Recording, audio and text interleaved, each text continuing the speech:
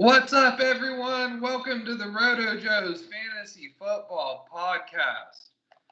Kaden, how far are you in your Scott Fish Bowl draft?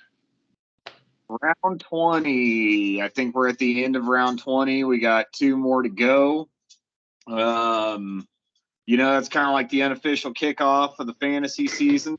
Welcome back, everybody. For everyone who's not paying attention, now's the time. I mean, we're in there. We're knee deep in it. Yours is done, right? Mm-hmm. How many kickers did you take? I took two before. I think one kicker went, and then I took two, and I'm gonna take another before it's over. I'm gonna go three deep. No, that's what I did. Kickers are important in this one. I got Brevin Jordan late. I like that pick. I feel like he can return some value. I got him at tight end 25, so that's pretty good. Someone who I was really surprised fell. Khalil Herbert was down at running back 51. I would have thought he would have been a little higher just with the expected workload he should see with Green Bay's passing game coordinator OC over there in Chicago. Who was your favorite pick so far? Me, favorite pick. I'd have to say I really, really enjoyed getting ETN in the fourth round. I wouldn't say it was a hell of a lot of value. I say he's about right on par with where I thought he should have gone, but I gauged it based off of my draft position because I was eighth. So I was at a point where I was like, I either take him now or I run the gamble on, I think, 14 picks before I picked again. I was like, yeah, he ain't going to make it. I really had my eyes on Aaron Jones. Aaron Jones was a guy I really liked, who he went like two picks before me. So that decision became a lot easier. But I knew sure as shit I wasn't getting him in the fifth round, late fifth round. So I had to pull the trigger maybe a little bit earlier. But, you don't win those Scott Fish Bowl type of 3,000 people tournaments playing it safe. So I was more than happy to take the shot. Yeah, I also drafted at the 8th spot, which is kind of funny. I had Leonard Fournette fall to me in the 4th, which, I mean, ETN's cool, but I like Lenny better just off of like a volume standpoint. I really hammered every position but wide receiver real heavy, and quite honestly, I don't give a fuck about them past my first three, which are Hollywood Brown, Allen Robinson, and Allen Lazard. I went real heavy kicker too. So, talk about two upside picks that, I mean, we're using Scott Fish Bowl ADP, so just give you an idea as you go into draft starting and league starting back up. Two upside picks. You like Allen Lazard and Irv Smith after pick 100. Why do you like those two so late? So here's my thought, and this can be said about most fantasy leagues, is you're not going to win your draft in the first three rounds. I mean, it's just not the way it works. You can miss big in the first three rounds and still recover. But it's all about, once you pass pick 100, once you get into roughly about the 10th round, you're really looking at just gaining value from that. Irv Smith's a guy I really liked last year. He was a guy I really pounded the boards for last year. He had that unfortunate injury in the offseason. But here's the deal is he was, I believe, a second round tight end, which is really high draft capital for a tight end. He hasn't really gotten that opportunity. Tyler Conklin was kind of there doing things, but he's gone now. You go into a Kevin O'Connell offense where he took Tyler Higbee and made him look pretty damn good some weeks. I just think all the things accumulated together. I said this before on Twitter where I think the tight end dead zone is really gone. There's a lot of quality options out there, and him being one of them. I mean, this is a guy – you got to realize who you're drafting with. And if you've got a bunch of people who just follow ADP top to bottom and don't really make those shots downfield, so to say, you can get an Irv Smith at a really good value. I'm not saying run that as your first tight end, but you could. I mean, he stays healthy. He goes out there and does his thing. You know, he could be a guy that returns a lot of value for you. My second one, I went with Alan Lazard. Here's what I realized. Throughout Aaron Rodgers' career, he doesn't give a single shit who the wide receiver is. He's gonna fucking sling it. I mean, he doesn't. He kind of reminds me of Tom Brady. Like outside of Devontae Adams and Donald Driver, he They picked really up dudes from Sunday pickup basketball games in Boston to play wide receiver for him. and it doesn't matter. I mean, he's gonna have a top shelf fantasy asset every single year. It does not matter who it is. Here's the thing: is I like Alan with him. The chemistry's there. You know, the chemistry's there. They've been together for some years. He trusts him. That's big for Aaron Rodgers because, you know, he's one of those my boys type of guys. As you can see, as he slung it to Devontae 150 times a year for the last 6 years or whatever. You know, he's going to get that volume. He's going to get that opportunity. And I think he's already shown that he's capable of taking on that workload. So just because he's not an elite physical prospect, there's no reason why he should be going as late as he is, but that's just better for us because we can capitalize on that. I think kind of the way I see him going, I think he's going to be a high-end wide receiver too, but you're getting him down in low-end. Wide receiver 43. Yeah. You're getting him down in that territory, and if you can get it to perform at a wide receiver 2 level, shit, great. Yeah, I've been on the Alan Lazard train for pretty much all summer now. I mean, Aaron Rodgers doesn't like rookies that drop passes. That's just that. And Christian Watson's already having that issue coming over from a Division I AA school. I just don't think he's ready. This year doesn't mean next year, the year after he doesn't catch on. I just don't see it happening this year.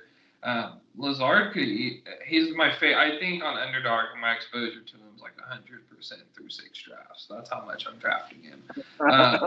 Just stupid value. Irv runs like a 4.5, 4.6. Yeah, 4.63 as a tight end. I think he does get used well this year, better so than he has in the past.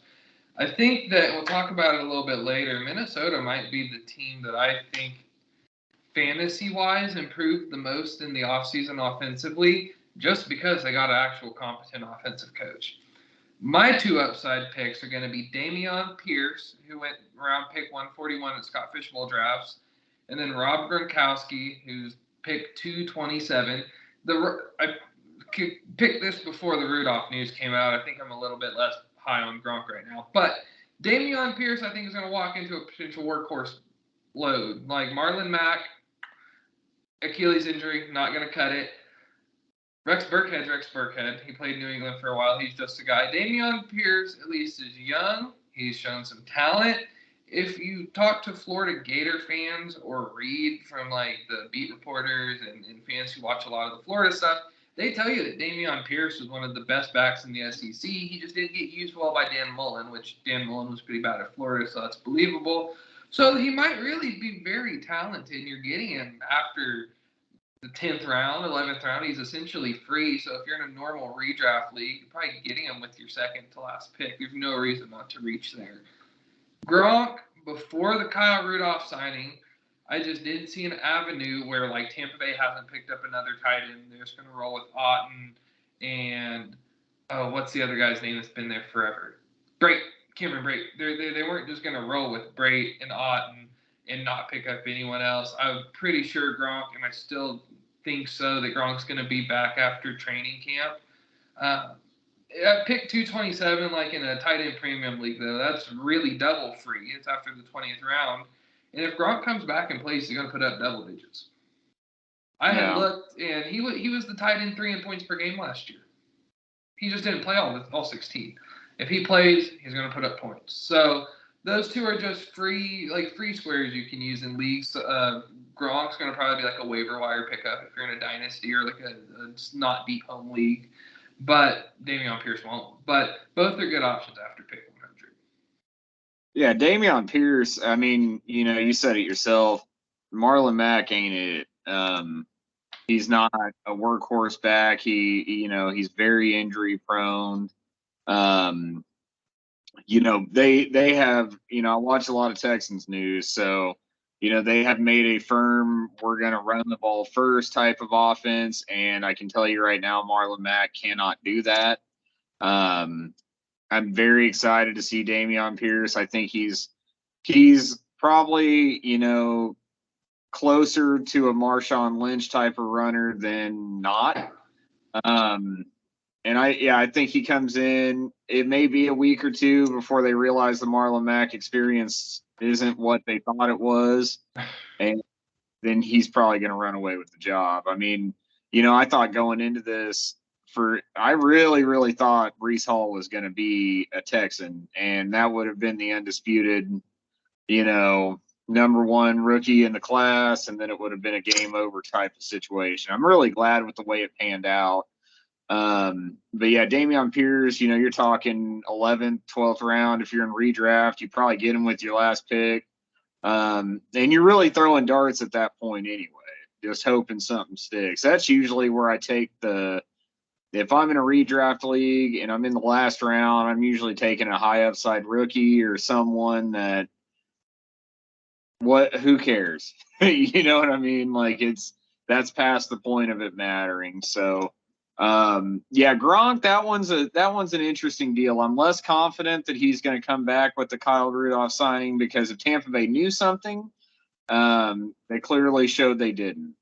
I do think he eventually comes back. I think you were talking about the girlfriend saying she doesn't think this, Gronk.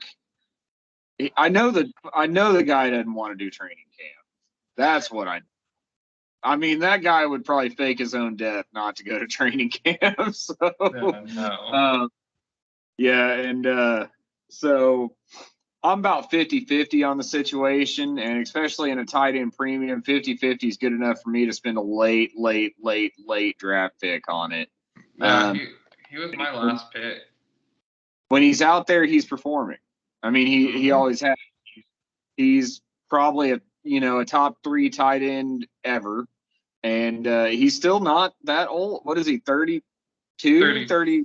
34, something like that. He's year older than, he's as old or a year older than Travis Kelce. Than who? Kelce. Oh, okay.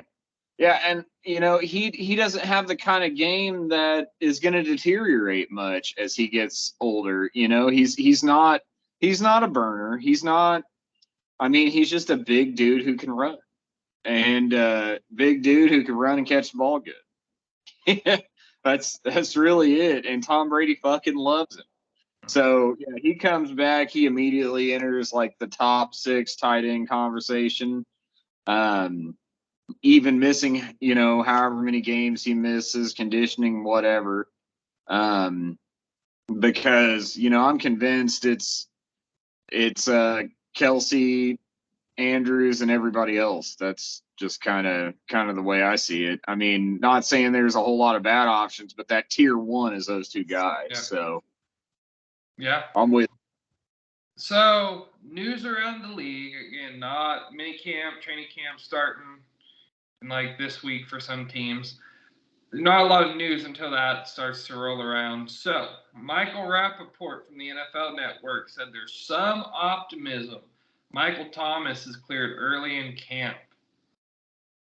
Do you think Michael Thomas is ever healthy again? So here's an interesting development that I read in like the last hours. Thomas went on the pup today.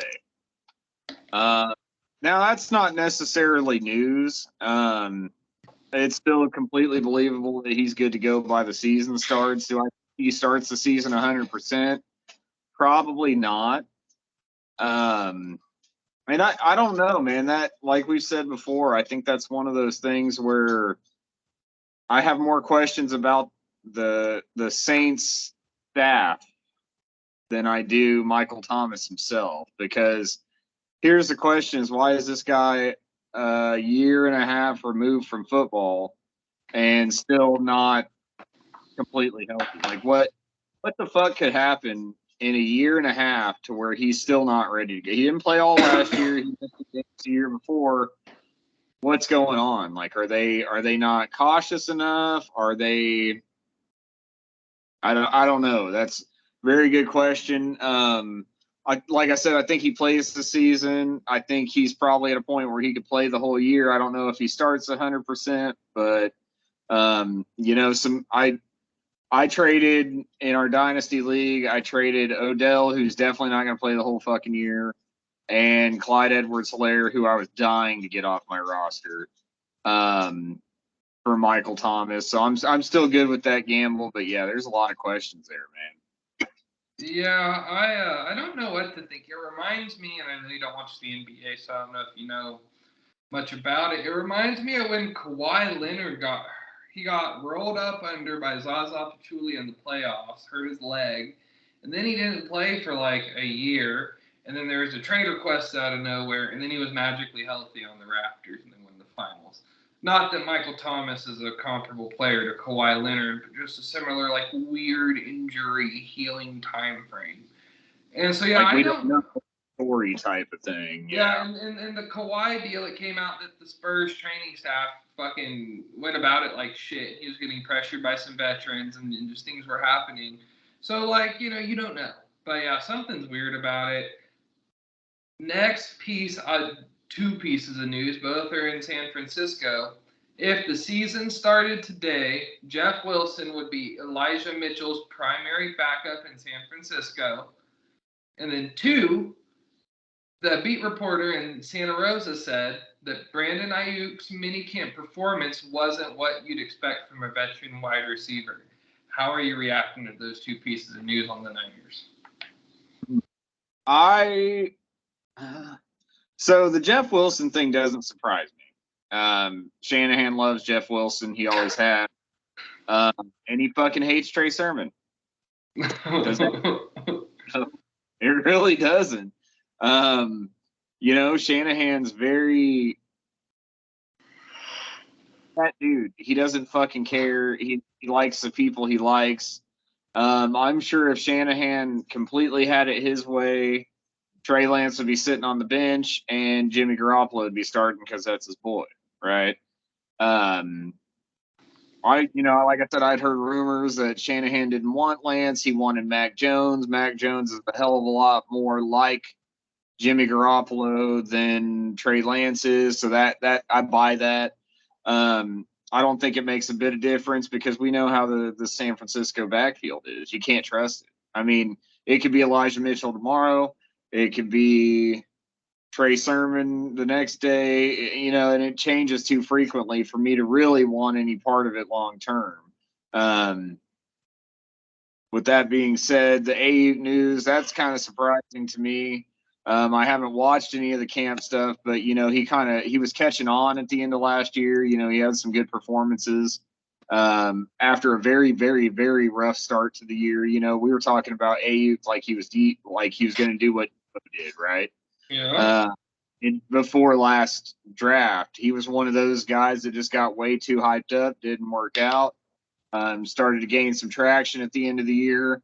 I made a trade for him, and now I'm kind of, it doesn't really matter to me the outcome because it was just a filler part of a deal. But ultimately, I think he's going to be fine, especially if Debo holds out because what's their other option? They don't have a very studded wide receiver core full of guys that could just go out and do it. Yeah, Kyle Shanahan doesn't give a fuck. Yeah, I know. we know Shanahan does not give a shit about. He'll put me and you out there if he thinks we can play the scheme right.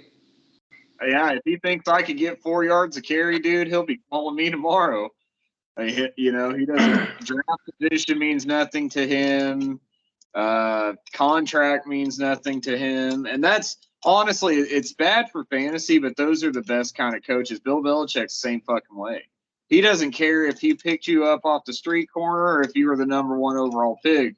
Whoever plays football better, that's who's playing that week. So those are the good real life coaches, better than the fantasy coaches. Yeah. I think that Wilson being the primary backup for Mitchell is a pretty obvious thing. When you take into account Tyree and David Price, the guy they drafted in the 4th round this year, he missed a large chunk of the offseason program, so rookie not there, and Shanahan's a scheme guy, like you're not going to play. Brandon Ayuk, I don't know. I just don't think that. I think we're all a little too high on the San Francisco passing offense. Are we sure Trey Lance is better than Jimmy Garoppolo? Like, everyone's so sure he's better than Jimmy Garoppolo, but are we sure he's better than Jimmy Garoppolo? Are we sure he fits the team better? Yeah, can he process like Garoppolo? Like, we'll talk about it later in our training camp battle piece, but, like, I don't know. I really see, I mean, I don't think it's going to happen, but I foresee a future where they can't trade Garoppolo. He shows up to camp. He's playing like himself. Lance starts the season off. Garoppolo's not traded. Lance has 4 bad games. They're 0-4. What's Shanahan going to do? Right. And then when Garoppolo's back in, the passing game's back to shit. Deebo Samuel, that's it. Well, I put it on Twitter the other day because here's the way I see it. At the stage we're at now, say a contending quarterback doesn't get hurt.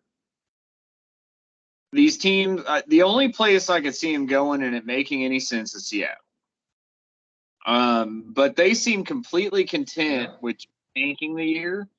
And, I mean, they passed on Malik Willis. They're going to get the next Russell Wilson.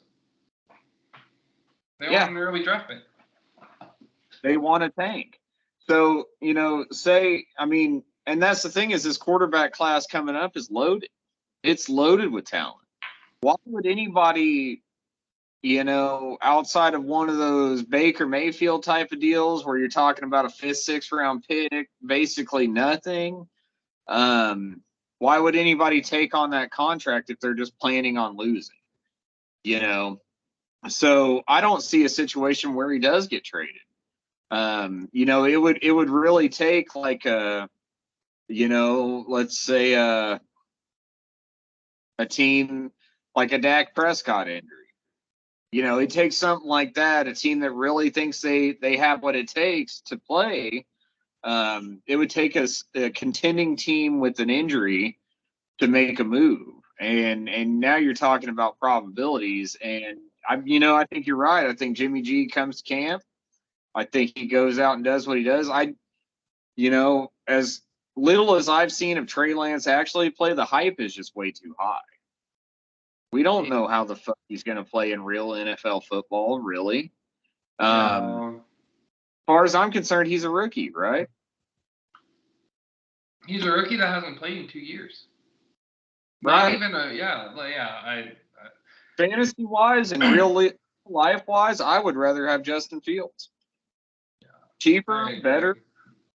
People are really high on Lance. Yeah. So, next segment. Talked about it earlier. Scott Fishbowl kind of marks like the beginning of the fantasy season. We're going to go over for everyone who has checked out, just checking back in, trying to figure out what's going on, a quick off-season recap. We're going to try to quickly hit over pretty much all the major pieces. First, Brady retired, quickly unretired, BA got fired, and Gronk retired. Funny how that all lined up. So, have you heard the story about Brady retiring to go play for the Dolphins? Have you heard it all? Like, have you heard Mike Florio talk about it? Yeah, we talked about it before. We kind of thought it was a conspiracy theory to get what he wanted. So there's more to this. So it's just kind of funny. It's pretty quick. Sean Payton was lined up to go coach the Dolphins. His quarterback, Tom Brady. Tom Brady was going to retire, become a minority owner of the Dolphins, and then play quarterback. Who sent the text that got the Flores lawsuit started? Bill Belichick. Bill Belichick caught wind of this, got mad, sent the text, and then it all went into play. So it didn't happen because Bill Belichick didn't want to have to play Tom Brady twice a year.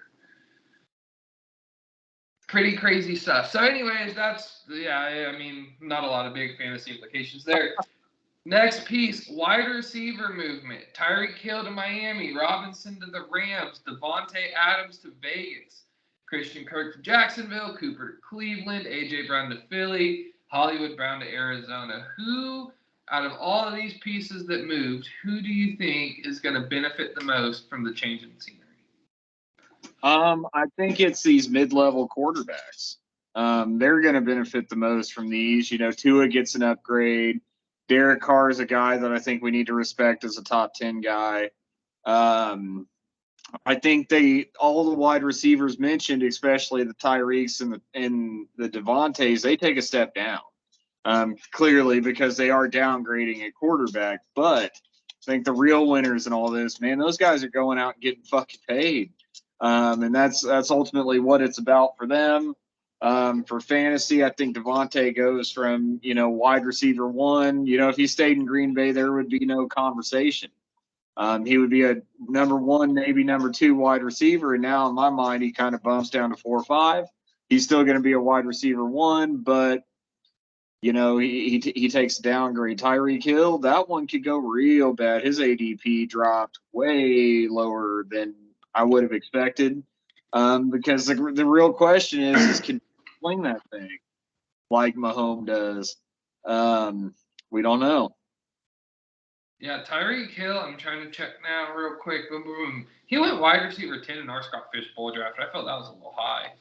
Yeah, the players I think benefit the most. Allen Robinson to the Rams. I have him as wide receiver 14. I have a lot of Allen Robinson. I'll draft him after wide receiver 17. Once Hollywood Brown's off the board, Allen Robinson's my go-to.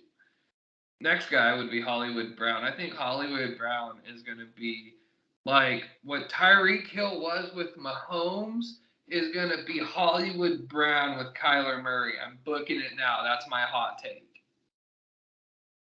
Wow. I like a lot of Hollywood. They target the fuck out of their number 1. And Hopkins was so good, 15 to 20 yards down the 20 to 10 yards down the field. Hollywood Brown runs faster than everyone, dude. Kyler Murray's going to get out of that pocket. Midget Man's just going to throw it up. Yeah. I mean, I do think the chemistry from them playing in college together is there, so that's good. I'm irresponsibly high on him. I do think he was just a bad fit in Baltimore, but here's my hot take: is everybody's a bad fit in Baltimore because Baltimore isn't made for a productive wide receiver. Everybody's on that Rashad Bateman's going to be that fucking guy. I don't think he is. He went wide receiver 27 in the Scott Fish Bowl draft. I didn't understand that either. Yeah, I got him. He went right after Allen Robinson. Went before Elijah Moore, Darnell Mooney, Thielen. Like, I get it, but I don't get it. I don't like Bateman. New coaches. Nathaniel Hackett's in Denver. He was the offensive coordinator for Jacksonville during the Blake Bortles era. And then in Green Bay these last 3 years. Mike McDaniel's over in Miami. He was the run game coordinator for San Francisco these past couple years. Matt Eberflus / Luke Getsy, offensive coordinator in Chicago. Brian DeBall went to the Giants. Doug Peterson to Jacksonville. McDaniels to Las Vegas. Lovie Smith's in Houston. Kevin O'Connell in Minnesota. And Dennis Allen in New Orleans. Are there any teams? Who are you most interested to watch with the new coach? For me, it's definitely DeBall in New York. I think every positional player on that team gets a massive upgrade because DeBall is that good. I think DeBall, O'Connell, and McDaniels are the ones I'm the most excited to watch those teams because I think they provide an immediate upgrade to their situation. Lovie Smith, he's a defensive coordinator. Done a lot of research on that. I'm not super excited about the Bears right now with Eberflus, especially offensively. I think those will be very sound defensive teams. Mike McDaniel's an interesting kind of wild card to me. I think it could go really good or it could go really bad. I don't know. You never really know when you cherry pick off of these really good coaches like Shanahan and Belichick. Sometimes it works out, sometimes it doesn't. It really, really depends because guys like that have so much control over everything that it's really in question what the coordinators are actually responsible for. I think that's why, the Eric Bieniemy fucking conversation for the last few years is why can't he be a head coach? Well, I think Andy Reid fucking does everything. You know what I mean? I think he's just a guy. I'm not saying he's not good at what he does, but I think he has less responsibility than a common coordinator. And I think the question you always got to bring up with these guys is, are they the real deal or are they not? Yeah, I think I'm most excited. I like Mike McDaniel. If I've not been led astray from what I've heard about him and read, I think he's going to be really good. I think he's going to be like he might not be a great head coach, but I think he's going to be one of the best OCs in the league for years at least. So we'll see how that goes as in his first stop. Nathaniel go ahead. The young guy, I love watching his fucking interviews. I mean, he's fucking hilarious. I think he's going to be that player's coach, that Mike Vrabel type of guy who just, does a lot better than he probably should. But yeah, I'm in on Mike McDaniel. If I'm erring on one side or the other, I'd say I'm in. Nathaniel Hackett to Denver. It sounds like they're going to let Russell Wilson fucking let it rip. And that's how you win with Russell Wilson. So I like that. And then the ball in New York, really, I mean, he's going to be exciting. I'm curious to see how he does. He was a good coordinator before Josh Allen was good. He made Josh Allen look average when Allen was not ready to play. And so he might be able, Daniel Jones isn't going to be that ceiling Josh Allen, but could he be Josh Allen from 2019? Maybe. That's okay. Quarterback movement in the offseason. Baker to Carolina recently. Carson Wentz to the Commanders. Matt Ryan went to Indianapolis. Mariota / Desmond Ritter to Atlanta. Trubisky / Pickett Pittsburgh. Russell Wilson to Denver. And Deshaun Watson to Cleveland. Which one of the new quarterbacks was the most surprising for you? Most surprising? I mean, Deshaun Watson going to Cleveland was very surprising to me. I'm not, the whole time he was linked to Carolina, he was linked to Miami. I've unfortunately had to follow this story for way too long. Atlanta kind of came in the mix because they, that's his hometown team. New Orleans was a thing for a while, and once it really boiled down, I really thought it was either going to be Atlanta or New Orleans, and then out of nowhere it was Cleveland. I've got my own theories on that. Everybody says an 8-game suspension right now, so I don't know if I'll even get to see him play, but I think he is a good fit in that team. There's a lot of weapons around him, a good O-line. My opinion, a very underrated, underperforming defense. So, they could really be contenders, but I've seen Deshaun Watson photoshopped in about every fucking team's jersey at this point. So I think he could perform. Mariota to Atlanta, I kind of saw that one coming once they sent Matt Ryan away. Trubisky, I think he's an underrated play in Pittsburgh. I think he probably fits pretty well with what they're trying, and I think 1 year with the ball might have fixed him. Trying to think. Russell to Denver was one for me. Underrated. I do. Yeah. I think he's going to be the 17-game starter. I think we've kind of learned he's got some maturity issues, which doesn't surprise me one bit. But I think he's probably the best quarterback on that roster, and I think he's ultimately going to play. So, yeah, I think he is better than Sam Darnold. The most surprising to me was Russell Wilson. He was just not the archetype of quarterback that Denver really hunted after in the past. Watson to Cleveland was surprising too, because if I remember right, they were out, and it was between New Orleans and Carolina, and then out of nowhere, it was Deshaun Watson traded to Cleveland because he got that fucking NBA contract.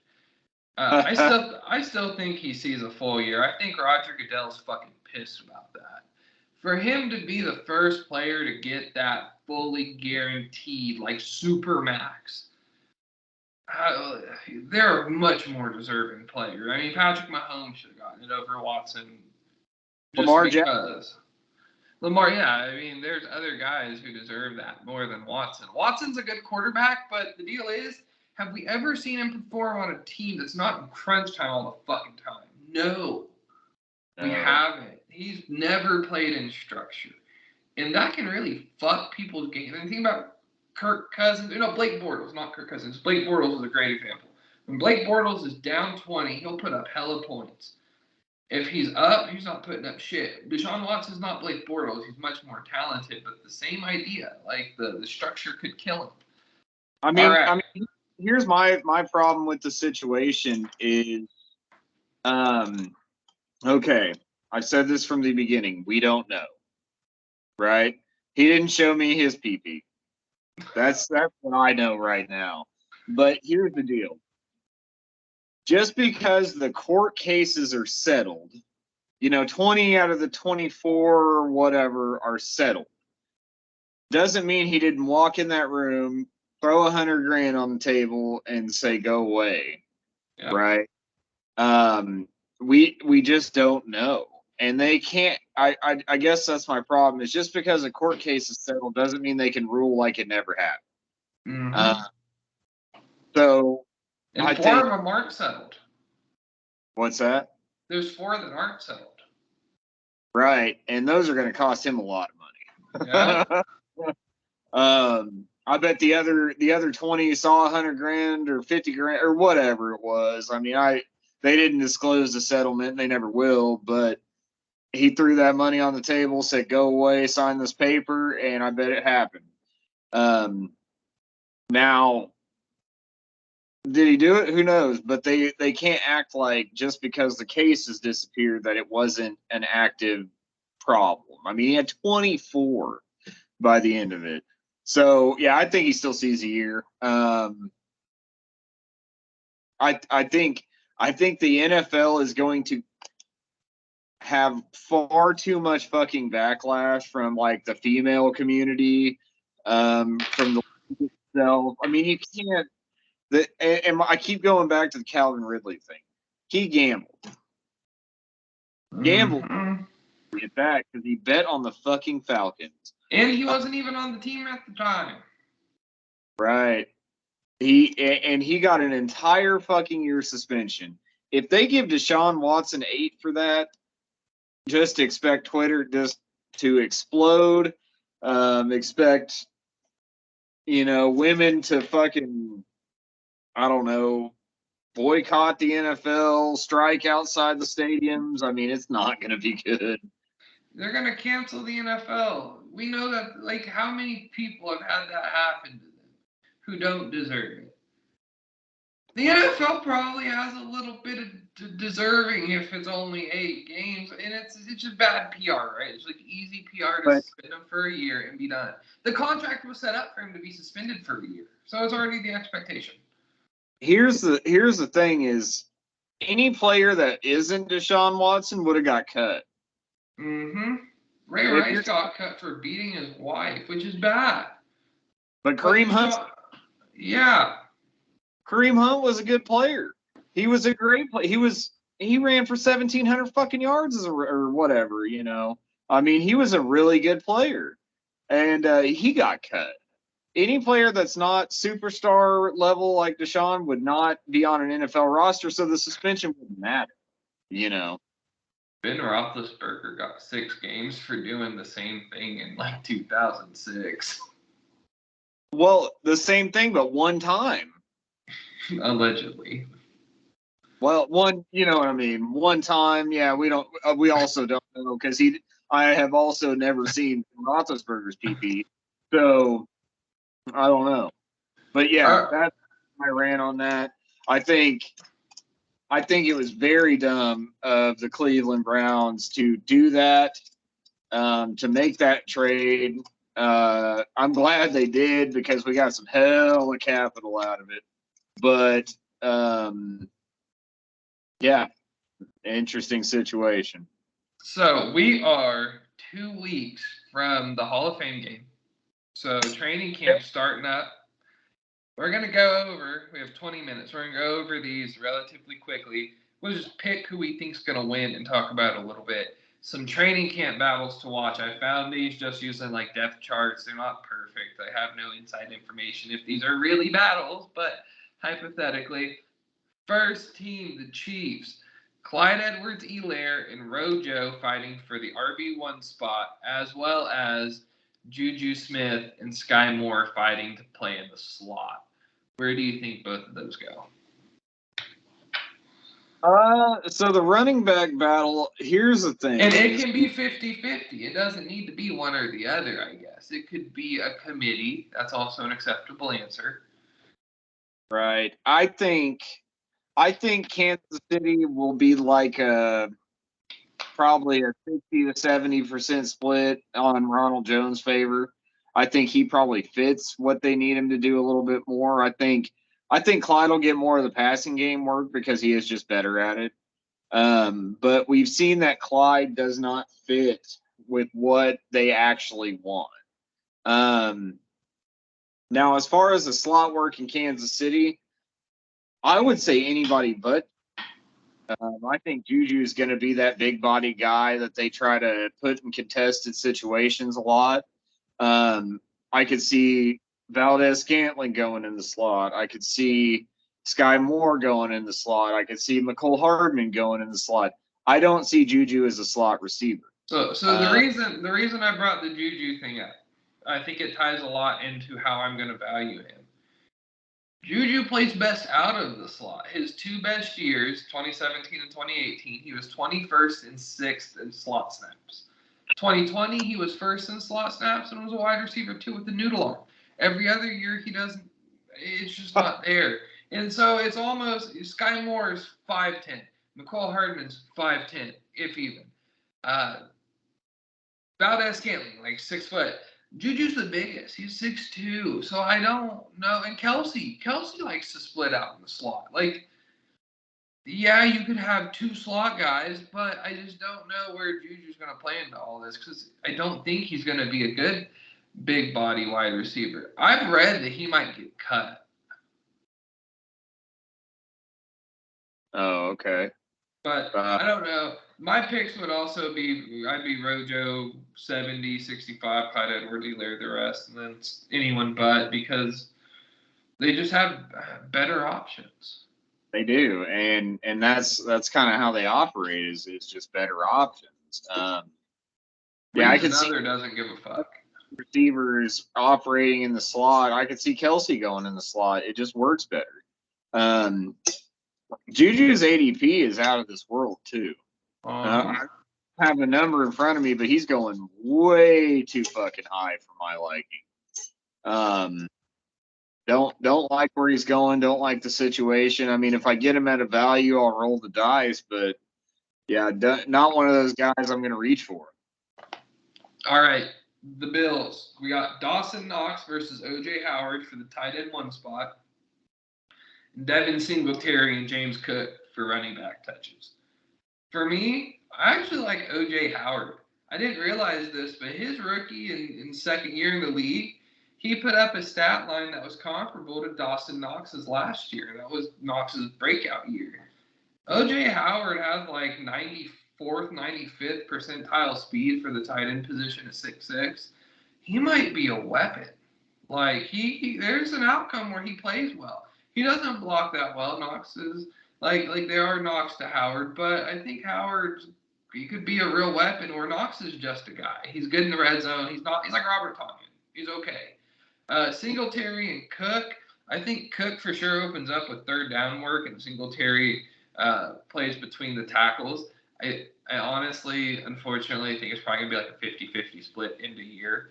The question is, can James Cook be like a Kamara or a Swift where he puts up RB1, RB2 numbers off his 14 touches a game? So that's where I'm at with both of those. I'm starting to really come around on O.J. Howard. Yeah, I mean, so the Dawson Knox, OJ Howard thing, I've long been an OJ Howard guy. Just, you know, he had a bad quarterback, he got a better quarterback, but the better quarterback brought his boy. I don't think he's really ever gotten that opportunity. No. Elite physical prospect, right? And I was so happy to see him go to Buffalo because I'm like, there's not a better place for you to turn a page, right? Yeah. Because Dawson Knox, while he had his Rob Tonyan a year ago he had his breakout year, blah blah blah. He's still not that good. I mean, is he going to get work? Yes. I think it'll be a split, but I think we see very quickly why OJ Howard is a better athlete. And I think at some point in the season we see a shift. And yeah, OJ Howard's a guy I like is like a deep play. If you're in a tight end premium, take a little bit of a reach on OJ Howard because I think it's going to pay off. Yeah. I mean, he's a guy I've always liked. Now, Devin Singletary and James Cook. Here's my issue: is I don't know why Devin Singletary is even a conversation anymore. He's average at best. Doesn't really, in my opinion, fit the scheme. James Cook is, in my opinion, he's the perfect fit for the Buffalo Bills. And I think it's just a matter of time before he takes that workload. Everybody says, oh, camp report, this, and this. Camp reports to blow smoke screens sometimes, right? I think coaches go out there and say, oh, yeah, Devin Singletary's our guy. Just to go out week one and unleash a lot of James Cook up their ass because they're not ready for it. I think that's a thing. I think the smoke's real on this one. I think it's just a matter of time before everybody knows. Like I said before, I think he's in the best situation of any running back out of the class, and I think he's going to be the highest performing fantasy-wise out of the class. I don't like what people have done with Breece Hall. I saw him go in the 5th or 6th round in our Scott Fishbowl league. That made me sick. He is not going to get the fucking lion's share of the workload because Michael Carter Williams is still a thing. So, yeah, I'm interested in the James Cook. Like, that dude's so explosive in that offense. It's just not fair. All right, so I have a fun one. I had Jerry Jeudy versus Tim Patrick versus KJ Hamler for the wide receiver 2 and 3 spot, so 3 players for 2 spots, and then secondarily, who gets to be deep threat number 2. So I think that Cortland Sutton is DK. He's averaged a really high yards per or average depth of target. Like he's been a deep threat, even though he's not uber fast. For me, I think Jerry Jeudy plays in the slot. And I think KJ Hamler beats out Patrick, and he's like the Tyler Lockett of the group. I've continually read that they're building the offense around Russell Wilson, and they're acknowledging that his intermediary passing is not great, but he can play short game and he can go deep. So, like, who fits that best? KJ Hamler. And he's a guy you can get in the 19th, 20th round of your drafts. Jerry Jeudy, I think, he'll be all right, but he's a route runner. He thrives in the intermediary. It's just not going to work out as well, I think, for him as people think. But Sutton and Hamler have some real value. Yeah, I wholeheartedly agree. And that's a situation where, if you're going into a deep league, you're talking multiple different receivers, and that's a team where I'm not scared to take any of the 4. As far as the wide receiver 2, I think you're right. I think it's Jerry Jeudy. I'm very excited for Jerry Jeudy. His ADP is way more than I'll pay. All those guys, I mean, their ADP's just fucking really inflated. But I think you're right. I think KJ Hamler is a name everybody needs to circle. I hope this pod doesn't post and one of my league mates hear this, but that's my 21st round pick is going to be KJ Hamler because he's a speedy little fucker. And I think Russell Wilson really values that. I mean, Tyler Lockett without Russell Wilson, it's bad. I mean, more name than game. And that's really he went way too early in my Scott Fishbowl draft, and I remember seeing the pick, and I'm like, gross. So for some background on Hamler, he was a second round pick in 2020. He runs a 4.3. Yeah. That's a fast little bastard. I mean, yeah, that's Russell Wilson. That fucking cannon, man. We know that. He'll fucking just bomb it down there. So, yeah, there's definite value for KJ Hamler. I think Tim Patrick's sadly the odd man out, but I don't dislike Tim Patrick. You know what I mean? I think he provides some value in himself. He's going long before KJ Hamler, though. So if I had to pick, I'm taking KJ. Judy has an injury history. Shit, so does Hamler. So does Sutton. If any of them go down, Tim Patrick might really hold value. But you're right. The issue with that is Hamler goes after him. So why would you reach for Patrick? All right, next battle. Chase Edmonds versus Sony Michel versus Raheem Mostert in Miami for running back touch distribution. How do you think it plays out? Here's what I gotta say: is if Mike McDaniels was the run game coordinator, you know, in San Francisco, I bet it could be all three. I don't want any part of the Miami back. Now, do I think Chase Edmonds is the most talented one of them? Yes, I do. I think he can do the most for you. I think he'll put up the most points per touch. But I don't, man, there's not a huge gap on him. You know, we're not talking like Dameon Pierce and Marlon Mack. We're talking about three guys that are very, very, very similar in production. I think it's all three, and I think it's a nasty situation. I think, you know, think of San Francisco. 1 week it's this guy, 1 week it's this guy, 1 week it's this guy. I think that's probably what you'll see a lot of. Now, if I had to have some ownership, like I said, I'd probably take Chase Edmonds. But you know, don't sleep on Raheem Mostert. Sony Michel, I lost all love for Sony Michel last year. So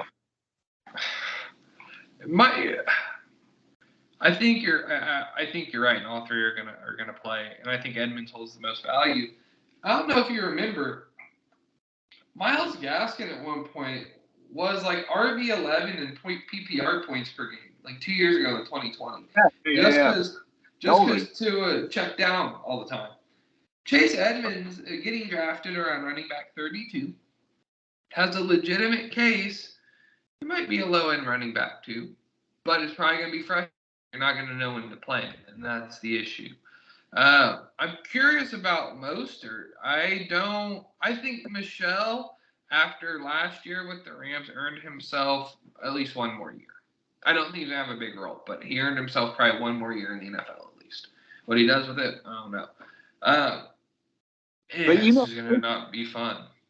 You know, Mostert, he's a fucking home run guy. It's all or nothing with him. He's either running 80 yards to the house or he's averaging, you know, low 3 yards a carry. Mm-hmm. And that's my problem with Mostert is even in San Francisco, where we know the offensive line was better, we know the coaching was better, we know the situation was better.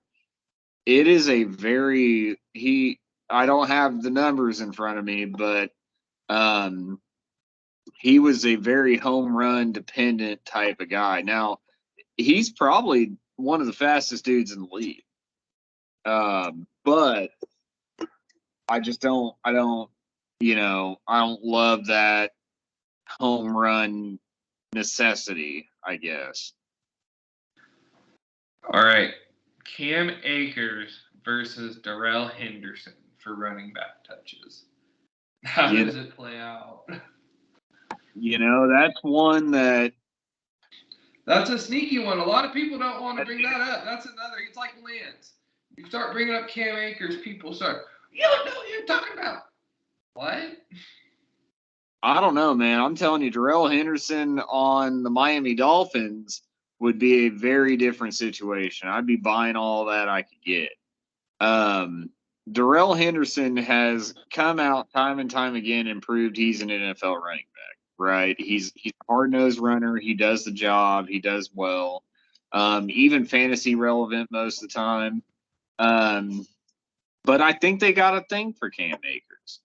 I remember telling you last year to pick up Cam Akers and hold him in a keeper league because I'm like, you could pick him as a keeper the following year. And that was good advice at the time, but then he came in the playoffs. He came back really quick, and he just didn't do it. You know what I mean? Like, he didn't add a lot to the plate. And so I don't know, man. I think in reality that should be a 50-50. I think Cam Akers is still talented, but I question his health. Obviously, we're 6 months later, so maybe it's better, but he's another one, man. He's going way too high, but really in my Scott Fishbowl draft, Darrell Henderson went first. He went right after. So Henderson should be going before Akers. Akers, at one point, they're both 4.48, 4.47, 4.49 guys, and that's an outside zone offense. Now Cam Akers is probably a low 4.5s, 4.6, 4.7. That Achilles tear is going to suck some tenths off your 40 time for sure. Henderson's all of a sudden the faster back, and that's really like a big part of the outside zone game is getting there. I see it like, yeah, I think they do have a thing for Cam Akers, but if he 2-3 weeks playing like shit like he did in the playoffs, 2-3 yards per carry, no breakaways, no explosiveness, they're gonna have to not play him. They're too good of a team. They're too good. And Sean McVay, he doesn't care. He does care, but he doesn't care. He's a player's coach, but he'll play Henderson over him. So I think that's one that a lot of normies and people who haven't been checked in are going to probably skip over and not think about. But it's one to really follow. If you see reports out of camp that Cam Akers looks like he's hurt, doesn't look explosive, doesn't look like last year, I would be worried. Or if Henderson looks great, either one of those. Yeah, either way, I mean, I lean towards Darrell Henderson just because I know what I know. But Cam Akers, I think he gets in and plays. But yeah, the first sign of struggle with him, I think they might, shut him down for a while or reduce his workload or something of that nature. So that's an interesting one. I mean, that's a tough one, but like I said, I'm going to err on Darrell Henderson. So we're going to finish with another good one for people who are drafting who haven't been paying attention. Darrell Williams, the Chiefs running back from last year who played over Clyde, versus Eno Benjamin for the Arizona RB2 role. And I'm going to start on this because I have a really interesting stat that frames why I'm talking about it and why I thought it was important to end on. Last year, when Chase Edmonds played and was in the lineup, he outsnapped James Conner 10 out of 11 games. Darrell Williams is a legitimate NFL running back. We saw that last year with the Chiefs. He's not amazing, but they don't need amazing. James Conner's a jag. I think that I really think Darrell Williams is going to run away with this. He's a guy that I'm going to be targeting late a lot, especially in home redraft leagues in the 13th, 14th round. People aren't going to think about him. There's a good chance that Darrell Williams overtakes James Conner. I really think the true battle is Williams versus Conner for the RB1 role. Williams might win it. So that's one to keep an eye on. Again, if reports are out that Williams looks really good, definitely worth dart throws.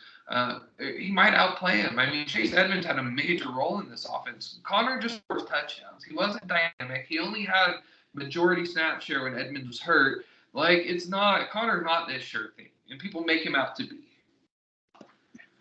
Yeah, I mean, so I'm real low on.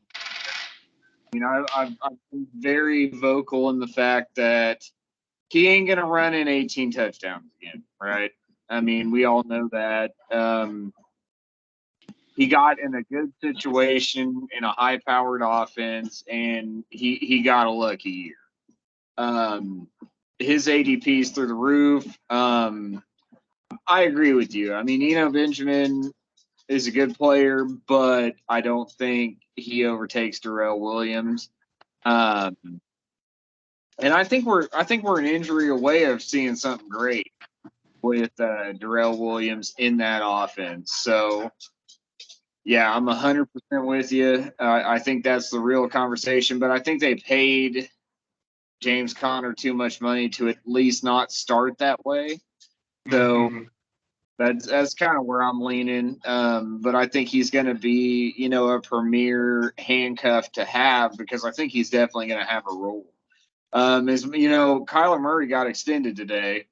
I saw that, yes, a lot. 230.5. So he is going to get 0.1 more than Deshaun Watson every year. That's that petty little contract shit that we talk about all the time. But yeah, so he is now, and they're not going to want Kyler Murray to run like he has in the past, right? They're going to hand off a lot more than that, because they made a $230.5 million investment in the kid. So yeah, now my thought on Kyler Murray is, if they're smart, they'll kind of take away that rushing game a little bit from him, maybe incorporate a Darrell Williams a little bit more. If they're smart. Now, we don't know if they're smart, right? But yeah, they will ultimately probably try to take some carries away from Kyler. But Kyler Murray, I don't think he's scripted for a whole lot of runs. I think it just happens. Yeah. He doesn't have those. He doesn't have a whole lot of those Lamar Jackson, take the spike and you can tell it's a scripted run. Like, his is more just panic, like, oh shit, the line collapsed, I'm gonna run outside. I guess I'm fucking running for 15 yards. Yeah, he doesn't have a lot of that. So we'll see, but I'm with you. I like Darrell Williams in that type of situation. I think that's a great, if you're in a real deep, like our home dynasty league where you're doing like a 25, 30 round startup, I'd throw the dart. Yeah, he's a good. He's worth it. Do you think Kyler was worth that contract? No, I'm do. not sure. I do. I mean, you got to look. If he can stay healthy, yes. Right. Now, is Kyler worth that quarterback? Is Kyler worth that contract as a physical quarterback? Yes. I don't think him and Cliff Kingsbury are a forever marriage, right? I think he plays well enough at his own position to earn that contract, yes, but I don't,